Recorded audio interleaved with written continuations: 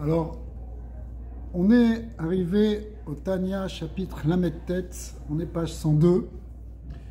Donc on a vu beaucoup de choses déjà avant, Baruch Hashem, mais maintenant, on avait vu, le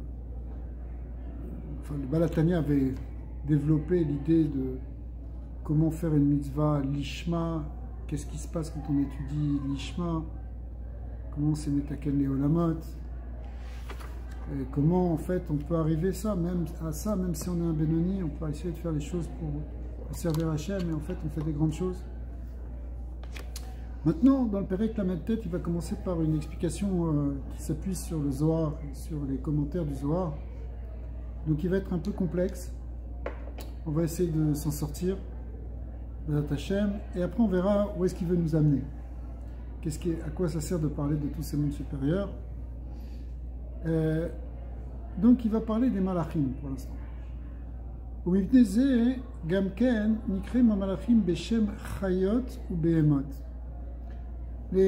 Les malachim, les anges, sont appelés comme des animaux, des bêtes sauvages. Comme on le voit dans la description de la Merkava et du chalut divin, que la face du lion était à droite, la face du taureau à gauche, etc., de l'aigle.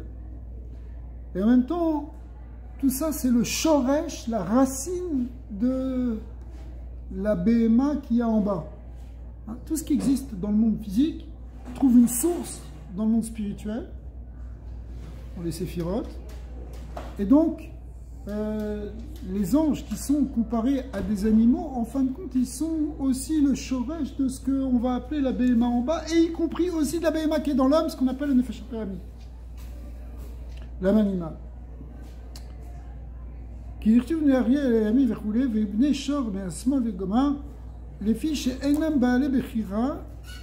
Alors les anges, ils ne sont pas de libre arbitre. Et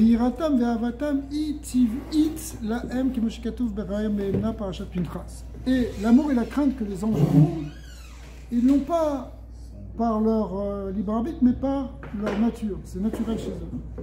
Ils sont fixés comme ça. Et là, on arrive à un point très intéressant. C'est que les tzadikim, ou les neshamat des tzadikim, sont plus élevés que les anges.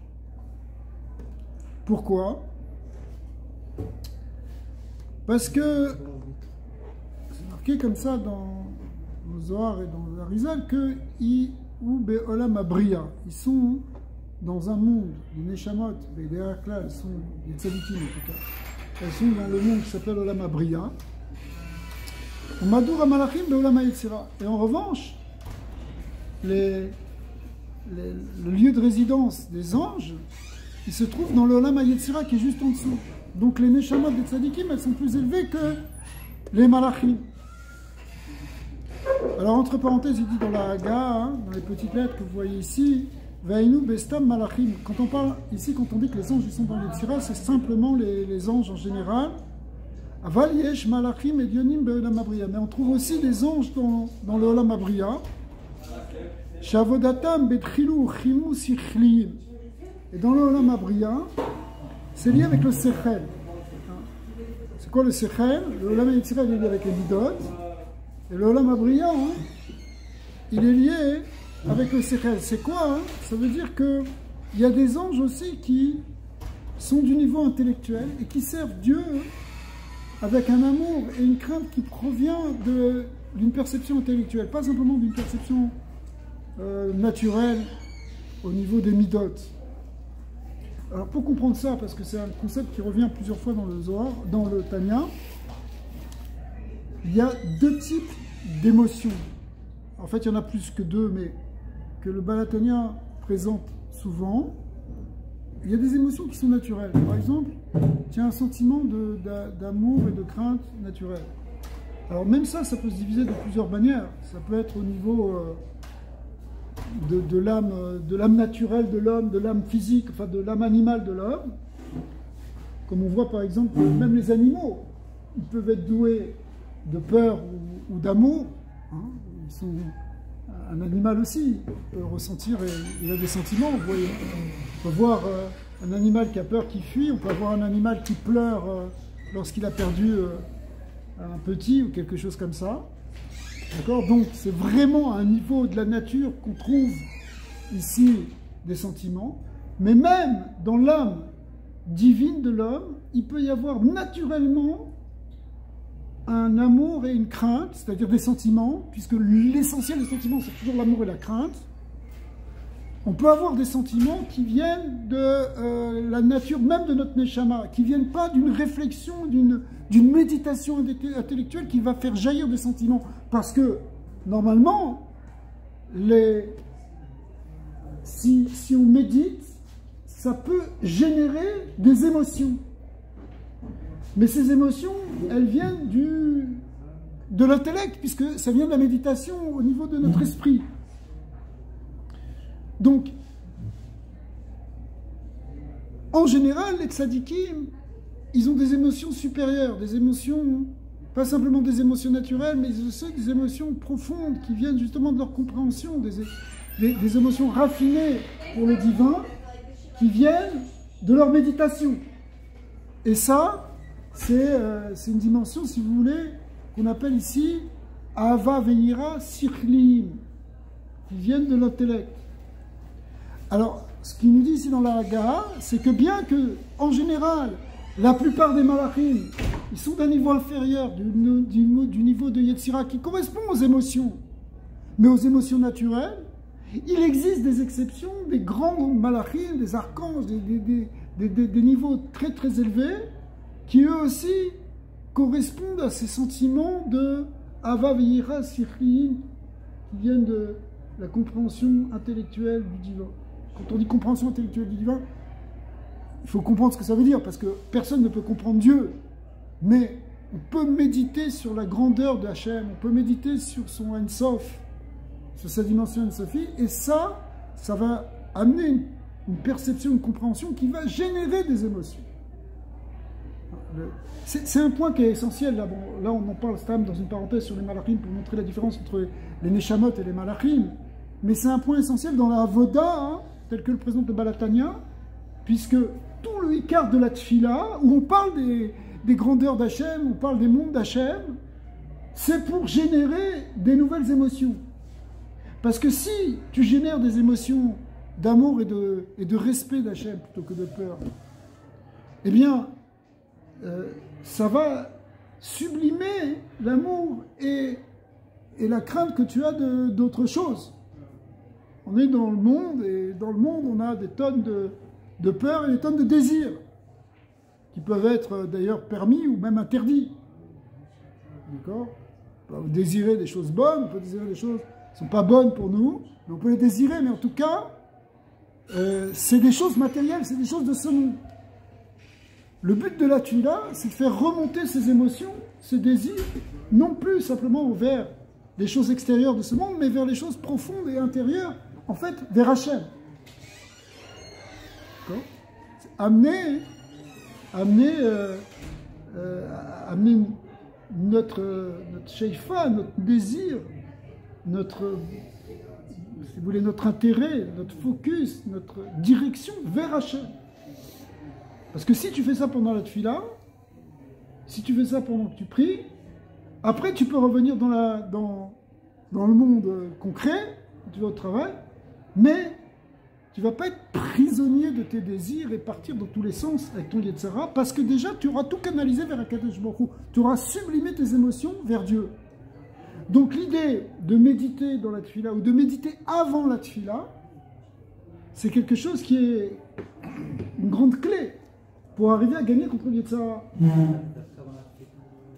La kavana dans la tefila, c'est quoi? C'est une kavana où tu mets ton amour et ta crainte vers Dieu, qui peut être générée et enrichie par ta compréhension, par ta méditation, ta réflexion sur des aspects du divin. Et c'est pour ça d'ailleurs qu'il y a un texte de la Torah, un texte de la tefila plus exactement.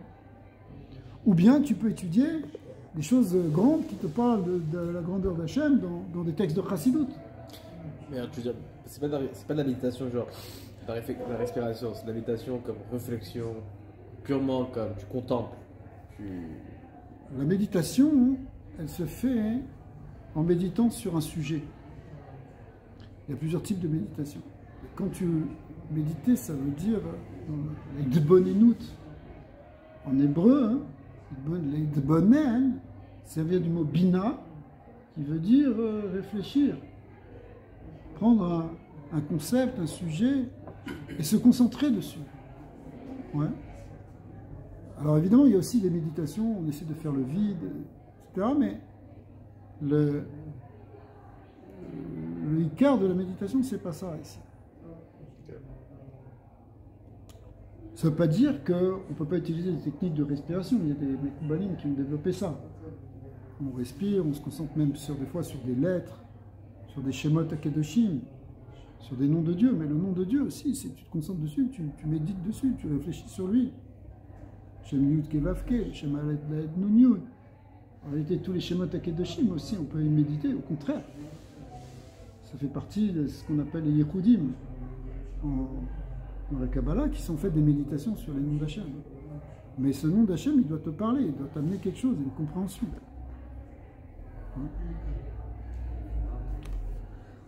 Concrètement, ça représente quoi cette méditation? Ça partit le sens. Oui, bien sûr. Chaque lettre, elle est une lettre en hébreu, ça s'appelle un hot. Un hot, c'est un signe. Un signe, c'est signifiant. Ça amène un sens. Donc en réalité, chaque lettre, chaque mot ou chaque shem est porteur d'un sens. Shem Yud Kevavke, il veut dire quelque chose. Shem Adnout, il veut dire quelque chose. Et il veut dire tellement de choses que tu peux y méditer pendant toute ta vie. Et à chaque fois, ça va t'apprendre quelque chose de nouveau. C'est comme ça que tu apprends et que tu apprends à connaître Hachem, en connaissant son nom. C'est une des manières, évidemment. D'accord ? Alors, tout ça, ça fait partie des méditations qui sont au cœur de la tefila. Ouais.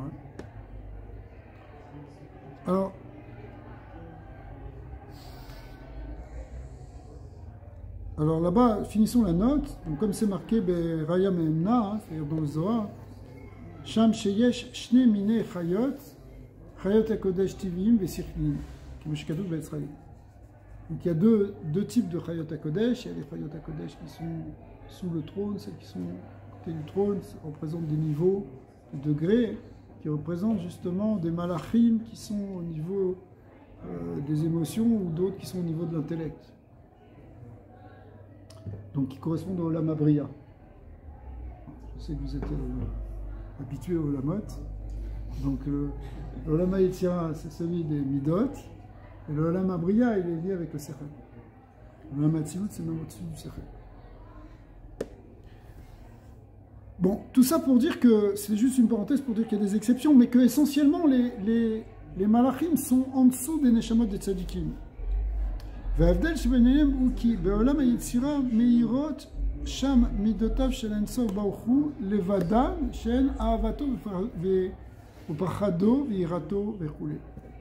Essentiellement dans l'Olam HaYetzira, c'est seulement ce qu'on appelle les midot. Les midot, ça veut dire les forces émotionnelles, les émotions, les sentiments d'amour, de crainte, de peur.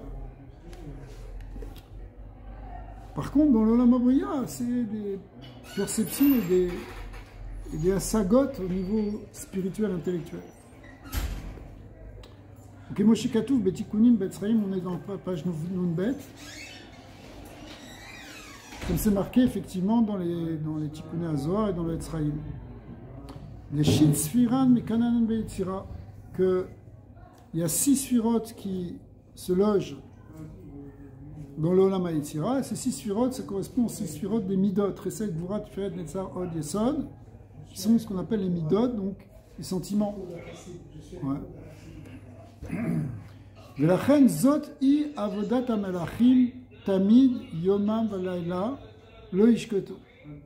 La mode beira vafachat. C'est pour ça que, qu'est-ce qu'ils font les anges? Essentiellement, puisqu'ils viennent de ce monde de Yetzira, qui est un monde d'émotions, c'est qu'ils se tiennent en tremblant devant Hachem et en ayant des sentiments d'exaltation et d'amour pour Dieu. C'est ce qu'on lit dans la Tfila. Qu'est-ce qu'ils font? On me dit, ils sont là, ils louangent Hachem, ils sont là en frémissant. C'est quoi tout ça? C'est l'expression d'émotion, de sentiment. Ouais. Puisque de la mort, beira vafachat. Veinu kol machane Gabriel me'asmol ve'avodot machadot Michael ou be'ahava. On voit par exemple l'ange Gabriel avec toute sa cohorte qui lui obéit, qui est du côté gauche, c'est-à-dire du côté de la Gvoura, c'est-à-dire du côté de la Ira, la crainte. Alors que du côté droit, on voit l'ange Michael avec tous ses malachim qui sont sous lui et qui sont du côté de la Hava, parce que Michael c'est l'ange de l'amour, du côté du Chesed. Donc tout ça correspond effectivement dans ce Olam Yetzira, dans ce monde des Midot, eh bien on trouve ces sentiments. Et c'est là que se trouvent les malachim. C'est ça ce qui est dit que les Shit Sfiran, Mekananim Beyetzira, qu'il y a 6 Sfirot qui sont, ces 6 Sfirot, ça veut dire les émotions, elles sont dans le Olam Yetzira. Aval Be'olam Abriya, qui est au-dessus, Meirot Sham, Chochmato ou Binato Veda'ato Shel Ensof Baruch Hu. Ce sont les Sfirot supérieures, ce n'est pas les 6 Sfirot émotionnelles, ce sont les 3 Sfirot de Keter Chochma Bina ou Chochma Bina Da'at du Ensof. Shen Makor à Midot, qui sont la source des Midot. La source des Midot, elle est dans les Sfirot supérieures de l'intellect. Comme on a dit, la méditation intellectuelle, elle peut générer des Midot. Donc aussi dans les Sfirot, Chochma Bina Da'at sont la source des Sfirot, Chesed, Gvura, etc. Vehem, Veshoresh, la El, c'est comme les principes et les racines de El. Ou Kedeita, Betikunim, comme c'est marqué dans le Tikkuné Hazohar, de Ima Ila, Mekanana Betalat Sfiran, Bekarsia, Shivolam Abriya. Le Zohar explique là-bas dans les Tikkunim que, eh bien, la Bina, qu'on appelle Ima, mais la Bina qui inclut aussi le Chochma et le Da'at, on ne va pas rentrer maintenant dans les détails, eh bien, elle se situe dans le Olam Abriya. Elle se pose, elle se niche dans le Olam Abriya. C'est pour ça que ce monde de Bria, hein, ce monde d'intellect qui correspond à la Chorma, à la Bina, eh bien, c'est l'endroit de résidence des Neshamot des Tzadikim. Pas n'importe qui, les Neshamot Tzadikim, Ov de Hachem, qui servent Dieu, Betrilou et Rechimu, avec crainte et amour, Anim Shachot mina bina veda'at gadlut ensof. Et ça vient, cet amour et cette crainte qu'ils ont, ces neshamot, ça vient de leur bina, du da'at, de la compréhension, de la connaissance du ensof. Baruch. Sha'avazu nikra reuta deliba. Et là, cet amour, il apporte un autre nom dans le Zohar. On l'appelle pas simplement la hava, on l'appelle reuta deliba. Mazé Reuta Deliba. Reuta, ça veut dire Ratson en araméen, du cœur. C'est quoi le Ratson du cœur? C'est dire le désir du cœur. Le désir profond du cœur, c'est-à-dire quelque chose de pnimi, quelque chose qui est au fond de notre lèvre. Ce n'est pas simplement des émotions superficielles et naturelles, c'est quelque chose qui vient d'une perception profonde, d'une asaga qu'on a, qui fait que on a un sentiment à l'intérieur de nous, qui est généré justement par cette profondeur de la Bina et du Da'at. Les anges, ils n'ont pas ça? Alors, sauf quelques-uns qui sont très élevés, mais la plupart non. La plupart, ils ne sont pas comme ça. Toutes les Chayot HaKodesh, les Ophanim, les Séraphim, tous ceux qu'on dit dans la Tfila, ils sont Omdim, Be'olam HaYetzira, ils sont là, ils servent Hachem, Bedrilou, Rimou, ils s'approchent, ils lancent, Bekarazel, Zel, ils frémissent. Ouais. Maritsim ou Mamlichin, et Shem. Ok. On ne voit pas que ça vient de la Bina. Ça vient de la Hava, de la Ira. Ils sont l'expression des sentiments. Ouais.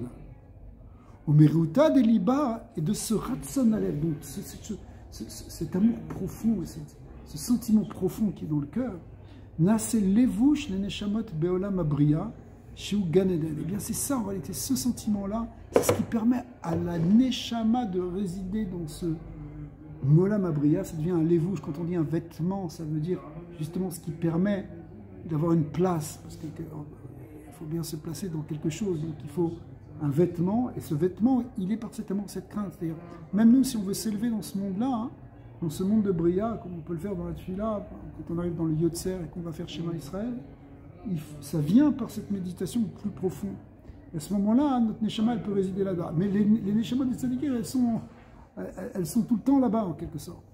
Et ce Neolam Abria qui correspond à ce qu'on appelle le Gan Eden à Elion. Parce qu'il y a le Gan Eden Elion, Gan Eden Tarton, quand on fait une classification succincte en 2 niveaux, en réalité il y a plein de niveaux dans le Gan Eden. Mais Gan Eden Elion correspond au Olam Beria, et Gan Eden Tarton correspond au Olam Yetzira. D'accord? Kaman, ça il va expliquer après. Avec Moshe Katouf, Zohar Vayakel, Zohar là-bas, Parashat Vayakel, il dit tout ça. Arainu davka neshamot mama shen bechinat mochin gadlut en sovar. Quand on parle de neshamot, ici on parle de neshamot. Les neshamot, vous savez qu'on distingue entre nefesh, ruach, neshama. La neshama, elle correspond au cerveau, elle correspond à la bina, à la chorma, à la bina essentiellement. Ce qu'on appelle aussi les mochin. Mochin, c'est un pluriel du mot mohar, qui veut dire le cerveau. C'est-à-dire quelque chose qui vient de l'intellect. Donc, quand on dit les neshamot, elles sont, les tzadikim, elles sont dans le Olam Abria, c'est les neshamot mamash, c'est pas ruach et nefesh. Pourquoi? Aval bechinat ruach shel tzadikim, v'chen shar kol neshamot Israël, donc le ruach des tzadikim, mais aussi les neshamot de tous les bnei Israël. Parce que là, on parlait des neshamot des tzadikim, qui sont dans ce niveau-là de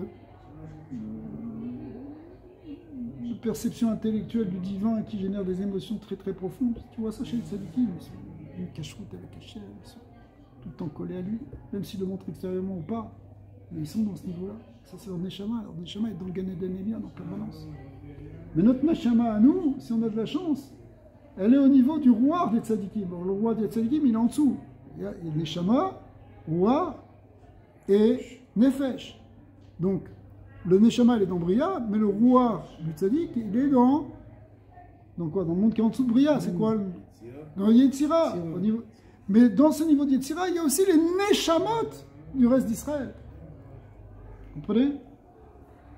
Les neshamot qu'Israël, elles ne sont pas dans Bria, c'est seulement les neshamot des tzaddikim. Les neshamot du reste d'Israël, ils sont... lui, il était justement dans... Ça dépend, il avait plusieurs niveaux, mais il était placé dans le Gan Eden Tarton, mais évidemment, ces niveaux supérieurs, ils étaient aussi dans le Gan Eden Elion. Son gouffre était dans le Gan Eden Tarton. Il était dans un niveau. Alors que nous, notre gouffre, il n'est même pas dans le Gan Eden Tarton. Il est dans un niveau plus bas, il est dans le Olam à Asiya.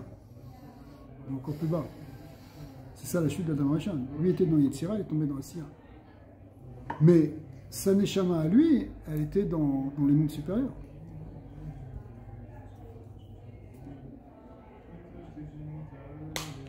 Alors,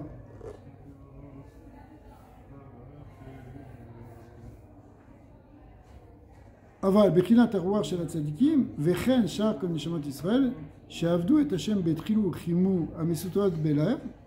Donc, la plupart de nous, nos neshamot, elles ne sont pas dans ce niveau de servir Hachem avec l'intellect au niveau des tzadikim, mais avec ce qu'on appelle Ava ve'ira, ce qu'on appelle Dechilou ou Chimou.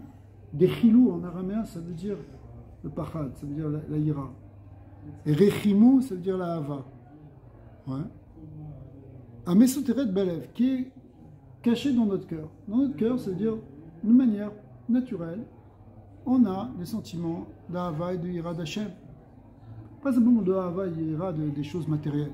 Ça, on est soumis ça par notre Nefesh Abahamit. Il faut juste arriver à le transformer, à le subjuguer. Pas être tout le temps comme des animaux, à penser que, à chercher que les bien-être matériel. Et dès qu'on veut s'élever au niveau de l'humain, qui est spirituel, on va avoir aussi des sentiments d'amour et de crainte pour Hachem. Alors, cet amour et cette crainte pour Hachem, ça a été expliqué déjà dans le Tanya et c'est repris ici, qu'on a tous ça de manière naturelle au fond de nous, dans notre cœur. Dans notre cœur, on a ça. Okay? D'abord, des fois, c'est endormi, des fois, c'est recouvert avec des couvertures, alors ça ne s'exprime pas. Mais même si c'est recouvert avec des couvertures, tout d'un coup, il peut y avoir un événement qui fait que, tac, ça se déclenche. Hein, c'est pour ça que le Nourazaken a expliqué qu'un juif, il est prêt, dans certains cas, à faire Messiot Nefesh, même s'il n'était pas du tout dans le coup au départ. Comme s'il n'était pas très religieux, il n'était pas dans les sentiments du divin, il était pris dans les choses matérielles à fond. Et puis tout d'un coup, il a une situation un peu dramatique, et tac, il est prêt à donner sa vie pour Hachem. On a vu ça dans l'histoire, c'est un kohar, cet amour et cette crainte qui sont cachés dans le cœur et qui peuvent s'exprimer à tout moment. Et bien justement, cette crainte, on les a héritées depuis Avraham Avinu. C'est Avraham Avinu qui nous a transmis dans les gènes de notre Neshama. C'est pour ça qu'on est capable de faire les saut nefesh. C'est la nature profonde du juif. Alors ça, on a tous ça. Le tzaddik, c'est un niveau plus profond, beaucoup plus profond. D'accord? C'est mamash, c'est son cœur qui bat en permanence d'amour et de crainte par Hachem, parce qu'il est enrichi par sa compréhension. Mais un Stam Ben Israël, il a ça au fond de son cœur, c'est déjà pas mal. Belev Klalut Israël, En Olot Lesham, Rak Beshabbat Verosh Chodesh, Levad Derer Hamoud, Shmiganenen Tarton et Ganenen Alion. Alors il nous rajoute quelque chose qui est extraordinaire. C'est que malgré tout, on peut avoir accès à ce Ganenen Alion. Il y a des moments où on monte dedans. On est, par exemple, Shabbat, les fêtes, on est là. C'est marqué dans le Zohar que entre Ganenen Tarton et Ganenen Alion, il y a une colonne qui monte. C'est comme un ascenseur. On rentre dedans. Ascenseur de Shabbat. D'accord? Ça monte et on monte dans le Gan Eden Elion. Il y a une ascension. Nos sentiments, ils ne sont plus les mêmes pour le Shabbat. C'est pas vrai pour tout le monde. Pour certains, c'est rien que la DAF. D'accord. Mais pour d'autres, non, mais c'est vrai. Mais pour d'autres, Shabbat, ça peut être un moment d'itlaavout, de cacheroute, de perception. Tu rentres dans un autre monde. Tu rentres dans un autre monde pendant Shabbat. Tu n'es pas dans le même monde. Tu rentres dans le Gan Eden Elion, si tu veux vraiment. C'est ça Shabbat en vrai. En vrai, c'est ça Shabbat. Le but de Shabbat, c'est ça, c'est accéder à autre chose. C'est revenir à une autre dimension, revenir au niveau de notre Neshama. Pas simplement au niveau de... Il faut libérer ces sentiments d'amour d'Hachem. Quand tu dis que tu aimes Shabbat, Shabbat Amalka, Ikrat Shabbat, les Chadodi, Ikrat Shabbat, il y a des sentiments de Hava. C'est qui la Kala? C'est le Shabbat. Tu es amoureux du Shabbat, tu es amoureux d'Hachem. Tu sors cet amour et cette crainte qui se fait dans son cœur, qui était cachée dedans, sous les couvertures des difficultés de la semaine. Tu enlèves tout ça, tu dis ça, maintenant j'enlève ces vêtements de la semaine, je mets des vêtements de Shabbat pour libérer ça. Et à ce moment-là, ton Neshama, elle peut faire cette ascension dans ce Hamoud, dans cette colonne ascendante qui t'amène dans le Gan Eden. Après Shabbat, ça redescend. Oui, pourtant, on est, si je peux me permettre, on réserve tous l'avenir en Gashmiut pour Shabbat. Oui, parce que c'est clair normalement, non? C'est une question qui est posée par les Chachamim. Une très bonne question. Ça veut dire que nous, on dit tout le Nyan de Shabbat, c'est la Kedusha de Shabbat, c'est le Nyan Rouhani. Et en même temps, d'un autre côté, on parle de Neshama Yetera, c'est ça le concept aussi, c'est l'élévation de Neshama. Et d'un autre côté, on voit que c'est quoi le Oneg Shabbat? Alors ça va passer aussi par manger des bonnes choses, et boire des bonnes choses. Okay? Côté physique des choses. Alors, la puissance qu'il y a dans Shabbat, la force de Kedusha de Shabbat, c'est que même le matériel, il ne va pas s'opposer au spirituel et te ramener vers le bas et t'empêcher de monter parce que tu veux t'élever spirituellement. Il va être un support pour monter. Alors, il y a des réserves dans tout ça. Parce que des fois, c'est pas comme ça. Si quelqu'un, par exemple, il se saoule Shabbat et il mange et il boit, etc., ça va être difficile de décoller pour lui. D'accord? Mais si quelqu'un, il mange... Non, tu vois des gens et c'est okay. Mais quelqu'un qui dit les voix de Shabbat, qui fait les choses pour Shabbat Kodesh, avec une certaine attention pour ça, alors la Gashmiut, le côté physique, va pas l'empêcher de s'élever, mais au contraire va être un support de son élévation. Mais le but, c'est l'élévation. Le but de Shabbat, c'est de monter dans cette dimension, de revenir dans un niveau justement qui ressemble à celui d'Adam Rishon avant la faute, de revenir dans quelque chose de véritablement spirituel. Ça suffit, toute la semaine tu cours après l'argent, après tout ça. À la fin c'est bien, tout ça c'est très bien, mais pour aller où? Pour aller où? Pour aller vers quoi? Pour aller vers Shabbat. Parce qu'un jour tu vas faire Shabbat, après 120 ans, tu vas arrêter de courir après l'argent, tu vas monter dans le vrai Shabbat. Alors on t'a donné la chance de pouvoir le faire chaque semaine. D'accord? Alors, ça... Tu vois? Se chauffer un petit peu. Alors,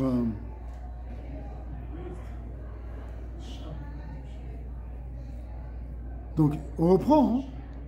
Ishem Rak Veshabbat Verosh Chodesh Levad. Derrière Amun Shemi Gan Eden Atarton, Gan Eden Aelion, chez Olam Abria. Donc, c'est pour monter dans l'Olam Abria. Tac, ascenseur. Gan Eden Aelion. Les Taneg al Hashem. Pour prendre du plaisir d'Hachem. C'est le plaisir de Shabbat, c'est le plaisir d'Hachem. Pas simplement le plat. Le plat, c'est juste pour que le gouffre il soit content et qu'il participe. Comme quand tu fais quelque chose, tu donnes des bonbons aux enfants, mais les bonbons, on s'en fout. Parce que toi, tu aimes le bon plat. Bah, ton gouffre, il aime le bon plat, mais ton Neshama, elle aime Hachem. D'accord, j'ai fait 3 niveaux ici. Les enfants, c'est les bonbons. Ben, la baïte, c'est le plat, mais en réalité, c'est pas le plat. Le but du plat, c'est que le gouffre il soit content, mais le but, c'est que la neshama, elle s'élève. Mais j'ai une question, j'ai un challenge. Ouais. Un challenge. Est-ce que c'est parce que c'est Shabbat, ou c'est parce que tu fais rien et tu t'annules? Et tu imites l'éternel. Le temps est éternel, tu as 25 heures, tu fais rien. C'est-à-dire que c'est pas... Non, il y a la Gdusha. C'est une grande question qui est passée dans la Gemara. En particulier pour quelqu'un qui sait pas, qui a perdu la notion des jours. Il s'est retrouvé sur une île déserte, il a échoué avec un bateau, il ne sait plus quel jour c'est. Comment il fait pour faire Shabbat? Okay. Alors, en réalité, bon, pour lui c'est une situation un peu particulière, mais l'idée c'est une conjonction des deux. C'est-à-dire que c'est à la fois la Gdushat Shabbat qui est là, qui a été fixée depuis Maaseh Bereshit, c'est Dieu qui a lui-même sanctifié le Shabbat, Kadesh Oto, c'est-à-dire qu'il a réservé, il a donné une dimension spéciale. Et en même temps, c'est parce que toi, tu rentres dans le Shabbat que tu peux le vivre. Parce qu'effectivement, si c'est Shabbat, mais que tu es toute la journée dans ta voiture avec ta cigarette et ton téléphone, tu ne vas pas sentir cette élévation. Peut-être qu'un tout petit peu quelque chose, mais très peu. Non, ça c'est sûr. Mais si je vais en vacances, je suis à la plage, je relaxe, pas de téléphone, pas d'ordinateur, mais un mardi. Ou je mange à DAF un mardi soir, tu vois, un mardi après-midi. Ça ne marchera pas du tout de la même manière. Tu peux le faire. Fais un essai, tu vas voir oui, ça. Parce que l'attention n'est pas la même, la compréhension du monde n'est pas là. Parce qu'il y a une Kedusha que Dieu a mis lui-même dans le jour du Shabbat. C'est pas un truc artificiel. Ok, alors sur ce, dernière question, est-ce que tu peux faire le parallèle que comme... Des fois Dieu est omniprésent et des fois il n'est pas là. Il est toujours là, mais des fois il y a dans le monde, tu vois, tu as la gauche, ta droite, tu as les forces qui se battent. Est-ce que c'est relié? Ça veut dire que comme, puisqu'il n'y a qu'un jour de la semaine, non. Alors, c'est sûr que Hachem il est là partout dans la semaine, mais ici ce qu'on est en train d'expliquer, c'est qu'il y a une élévation spirituelle. Ouais, ça c'est sûr. C'est tout. Mais Akadosh Baruch Hu, en vérité, un tzaddik, en réalité, si on comprend bien ce qu'on a lu là maintenant, le tzaddik, il est déjà dans le Gan Eden Elyon, même tout le temps. C'est pour ça que dans le Zohar, le tzaddik, des fois, il est appelé Shabbat. Rabbi Shimon, il est appelé Shabbat. Ah, on l'appelle Shabbat. Les Haramim entre eux, les tzaddikim entre eux, ils s'appellent Shabbat. Parce qu'ils sont dans une Gdushat Shabbat tout le temps. Pourquoi tu peux m'appeler Kippour? Ouais, c'est une bonne question. Pourquoi tu peux m'appeler Kippour? Pour un jeune. Mais Shabbat est encore plus fort. Mais il ne s'appelle pas comme ça, mais il y a des tzadikim qui sont dans une Bechina de Kippour. Ah, ok. Ouais. Il y a des tzadikim, le Kohen Gadol, par exemple, qui lui, justement, peut rentrer à Kippour dans le Kodesh HaKodashim. Le Kohen Gadol, sa fonction, c'est d'être méchaper les fautes des hommes. Okay. C'est-à-dire, il est comme le tzaddik qui peut être un Yom Kippour à lui tout seul. Tu vas voir chez un tzaddik, et le tzaddik, il te nettoie. D'accord. Lui-même, il a cette force Parce que kapara, ça veut dire nettoyer, le Balatania. Chaper, ça veut dire, étymologiquement, ça veut dire nettoyer, justement nettoyer la faute. Les tzadikim qui sont là, qui sont mechaper, qui sont eux-mêmes un Bet Hamikdash, qui fait kapara. Kapara, c'est Kippour. D'accord? Donc, oui, les tzadikim, c'est ça. Leur fonction, c'est d'être mechaper. Kohen Gadol, rien qu'avec ses vêtements, il mettait le tzitz, ses vêtements, c'était mechaper. Chaque vêtement, il était mechaper pour certaines fautes.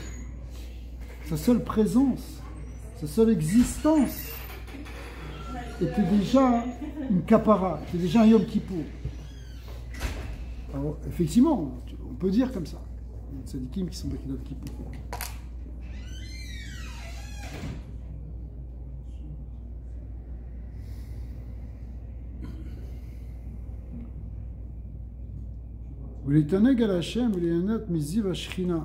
Donc, on continue. Donc, qu'est-ce qu'il va faire la Neshama, même de chaque juif qui monte dans le Gan Eden pendant Shabbat? Elle va être mitaneg à Hashem, elle va voir un plaisir de Dieu, les Hanot Miziv Shrina, elle va se délecter et jouir de la lumière de la Shrina. Kienana vetanug la sechel nivra ela bamesh emaskid u mevin veyoda masik besichlo binato. Il dit ici dans une phrase extraordinaire que le vrai plaisir, la réalité pour le Neshama et pour quelqu'un, c'est quoi? C'est la compréhension et la perception qu'on peut avoir de quelque chose du Ensof Baruch Hu. La lumière du Ensof, le Or Ensof, c'est ça qu'elle cherche, la Neshama. Elle cherche ce Or Ensof. Il inclut tout, toute la connaissance, tout le bonheur, toute la béatitude de la Neshama, elle vient de cette connexion avec le Or Ensof. Baruch Hu. Et comment c'est Aliede Chochmato ou Binato Yitbarar Ameirot Sham Berilam Abriya? Parce qu'il y a la sagesse de Dieu, il y a l'intelligence divine qui sont là dans ce Olam Abriya. Donc, l'élévation dans ce monde-là, où la Neshama du Tzadik qui est tout le temps dans ce monde-là, elle se délecte de la compréhension, d'une certaine compréhension, parce qu'elle est infinie cette compréhension, du Or Ensof. Une perception de la lumière infinie de Dieu, ou de la lumière qui exprime l'infinitude divine. Uma shezochot neshamot elu la'alot les ma'ala me'amalachim, alors que ces neshamot elles puissent monter maintenant au-dessus des malachim, puisqu'on est que les malachim, mais derrière là, à part quelques exceptions, ils sont tous dans Yetzira.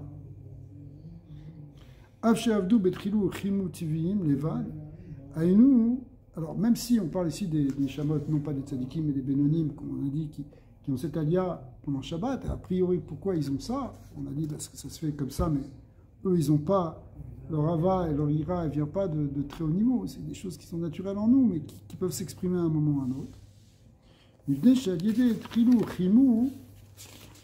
Parce qu'avec la crainte et l'amour qui sont en eux, Idkafia Sitrachara, c'est quelque chose, cet amour, cette crainte qui sont en nous, qu'on a d'Hachem, ça nous permet de lutter et de soumettre le Yetzirara. Parce qu'en fin de compte, tu es pris d'un désir, tu as envie de faire une Avera. D'accord? Qu'est-ce qui fait que tu ne la fais pas? En fait, c'est parce que tu as une crainte d'Hachem. Ou parce que tu as un amour pour Hachem. Donc, ok, tu n'as pas un grand amour et une grande crainte d'Hachem comme les tzadikim qui sont dans la jubilation permanente de la dvekout avec Dieu, parce qu'ils sont dans Neshamot et dans Bria. Toi, tu es dans ton niveau à toi. Mais, quand même, dans la semaine, tu as réussi à dominer ton Yetzirah. Alors, comme tu as réussi à faire ça, tu arrives à rentrer dans le Shabbat maintenant, tu vas pouvoir monter. C'est parce qu'il y a eu Idkafia Sitracha. Donc, très intéressant, puisqu'on a vu que le Benoni, puisqu'on cherche à être des Benoni, c'est pas des gens extraordinaires, on n'est pas des gens, enfin extraordinaires, on n'est pas comme les Sadikim, on n'a pas leur qualité supérieure, on voit qu'il y a des dimensions supérieures d'intellect, etc. Mais malgré tout, on a la force de lutter contre notre Yetzirah, ça nous a été donné. Et comment on peut le faire? Par nos sentiments justement naturels pour Hachem. Le fait qu'on a une certaine Ahava pour Hachem, une certaine Ira pour Hachem, ça nous suffit pour repousser Yetzirah. Des fois, pas toujours. Des fois, on tombe. Pourquoi on tombe? Parce qu'on n'a pas assez développé ces sentiments. Alors, ouais, j'aime Hachem, mais bon, j'aime bien cette chose-là aussi. Ok? Mais si tu arrives à développer suffisamment ton amour pour Hachem, tu vas te dire, bon, bah, cette avéra, elle a mauvais goût à côté. Et kafia sitracha melubeshet begoufam. Parce que la sitracha, ce mauvais côté, ce côté du Yetzara, il est dans notre corps. Il s'habille dans notre corps.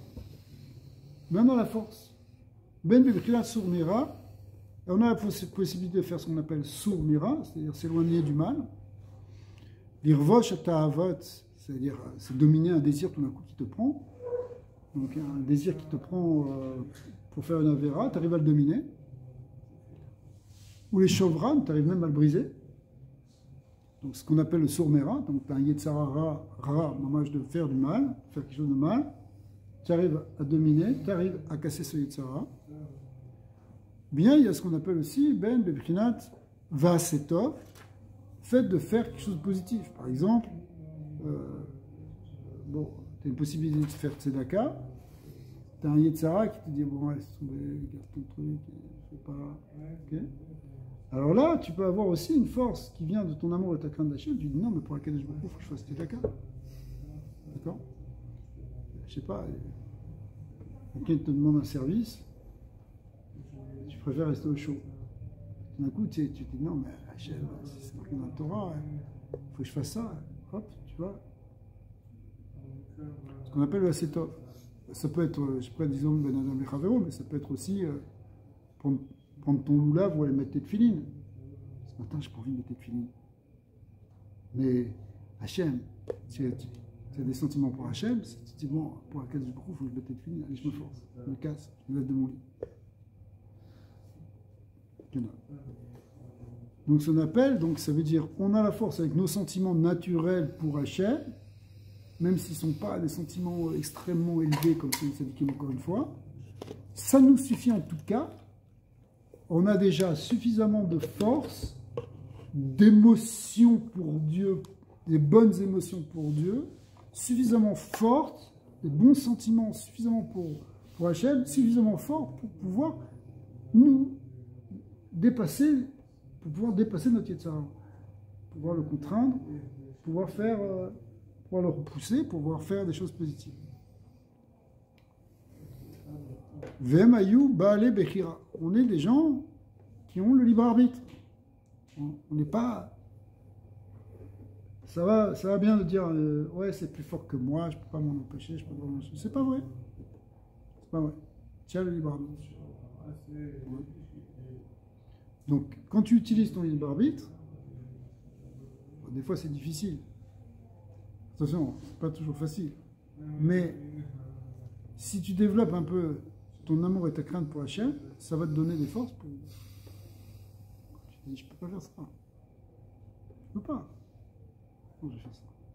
D'accord? Non, c'est ce qu'on appelle donc Baale Bechira, l'Ifror Bera, pour cette Bechira, cette libre arbitre, il t'aide pour te sauver du mal, Chaz v'Shalom, ou Barou Betov, et pour choisir de faire le bien, la Chafia, la Sitracha, pour dominer la Sitracha, pour la soumettre.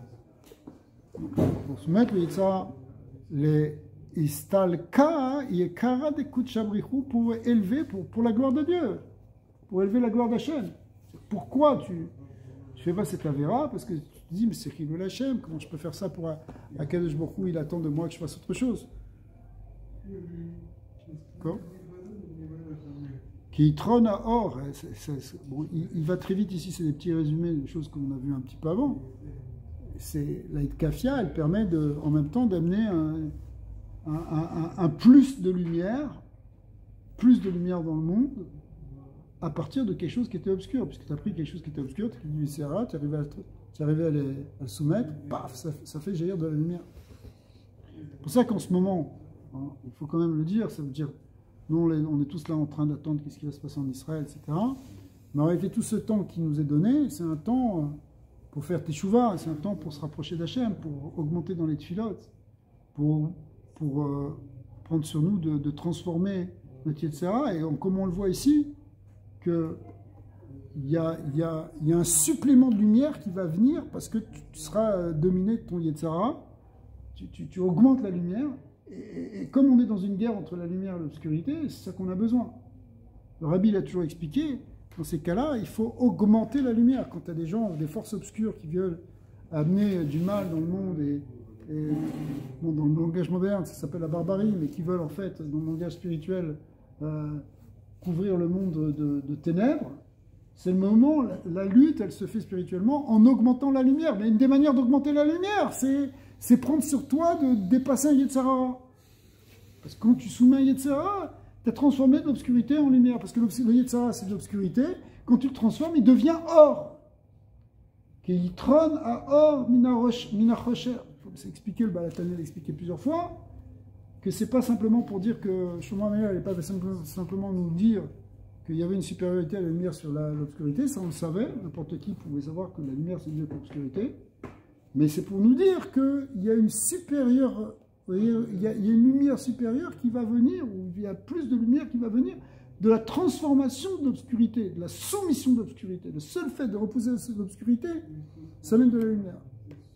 Quelqu'un qui prend pour lui de faire attention à l'échana, une femme qui fait attention à faire plus de tsniout, eh bien c'est une kafia de sitracha, eh bien ça amène de la lumière dans le monde et ça donne de la force du côté du bien pour lutter contre le mal. Alors, comme on est dans une lutte du bien et du mal actuellement, on a besoin de ça. Ouais. Mais quand tout ça vient à Onesh, ça a le même effet. C'est déjà pas mal, parce que l'ira Onesh, c'est une ira naturelle. Alors c'est sûr que dans le Zohar, c'est marqué que la ira Onesh, la peur de la punition, c'est une ira rare, c'est une mauvaise crainte. Pourquoi? Parce que tu n'as pas peur de Dieu, tu as peur du bâton. C'est comme, on te demande la crainte, ça doit être une crainte d'Hachem, c'est pas la crainte d'un bâton. La crainte du bâton, tu penses à toi, tu ne penses pas à Hachem. Mais malgré tout, c'est une ira qui est quand même nécessaire au départ, en tout cas. Parce que c'est avoir conscience aussi de ce que tu risques si tu transgresses. Ça participe à tout ce mouvement que vous avez décrit. Oui, c'est un petit élément. C'est comme quand tu veux éduquer un enfant et que tu lui fais peur pour pas qu'il traverse la route. Si tu traverses la route, c'est dangereux, il faut attendre. Le but, c'est pas d'inculquer une peur en lui, mais tu as besoin de cette peur pour le protéger. Parce qu'au niveau de son cerveau, c'est ça qu'il a besoin. Donc nous aussi, à notre niveau aussi, de temps en temps, il faut savoir aussi avoir une certaine peur du Gehenna. Oui, ça existe le Gehenna, mais il faut avoir peur de rentrer dedans. Donc à un moment, ça peut t'aider, parce que comme on voit, les Midrashim qui te racontent sur Yosef au moment où il a failli fauter, à un moment, il s'est rendu compte de...